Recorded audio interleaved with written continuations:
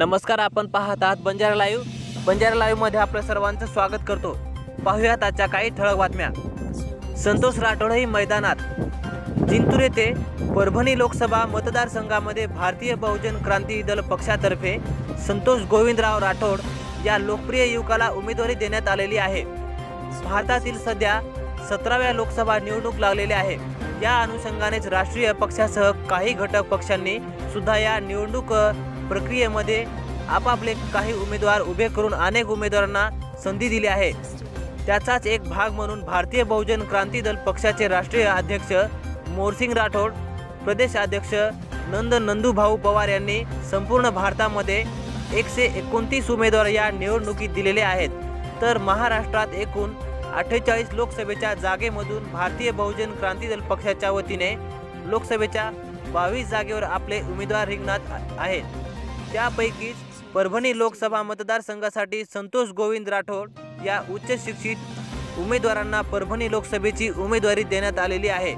त्यामुळे संतोष गोविंद राठोड यांचे मूळ गाव जिंतूर तालुक्यातील कुऱ्हाडी हे आहे, तर जिल्ह्यातील बंजारा तसेच भटक्या विमुक्त जाती जमातीमध्ये चांगले नाव असल्यामुळे येणाऱ्या काळामध्ये वाडी तांड्यासह ग्रामीण भागातील मतदारांना आकर्षित करण्यात किती प्रभावशाली ठरतील हे बघणे महत्त्वाचे ठरेल। तर दुसरीकडे राष्ट्रीय पक्षाच्या कोणत्या उमेदवाराला फायदा होतो आणि कोणत्या उमेदवाराला नुकसान होतो हे मात्र सांगता येत नाही। पक्षातर्फे 2019 लोकसभा निवडणूक लढवत आहे आणि आमचा मूळ उद्देश आहे बहुजनांच्या हक्कासाठी, बहुजनांच्या विकासासाठी। बहुजन समाज हा खूप वंचित समाज आहे आणि यांना न्याय मिळावा, यांच्या रस्ते झाले, शिक्षणाची गोष्ट झाली, म्हणजे या सगळ्या गोष्टीवर जर विचार केला तर आतापर्यंत म्हणजे इथे काँग्रेस आहे, शिवसेना आहे, यांनी काहीच केलेलं नाही आहे।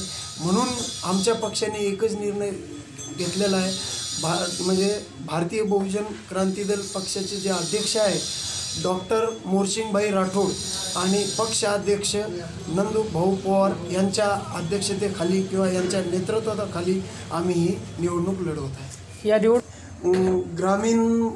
ग्रामीण क्षेत्रामध्ये जर बघितलं तर तिथं जाण्यासाठी व्यवस्थित रस्ते नाही आहे, अभाव आहे।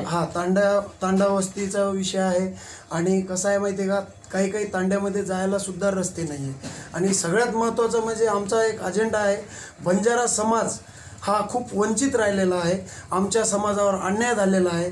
आज या लोकसभेमध्ये महाराष्ट्रामध्ये तुम्ही बघा कोणाला सुद्धा उमेदवारी दिलेली नाही, म्हणजे हेच आमच्या पक्षाने हे ध्येय केलेलं आहे की बाबा गरिबाला सुद्धा संधी देण्यात यावं उमेदवारी।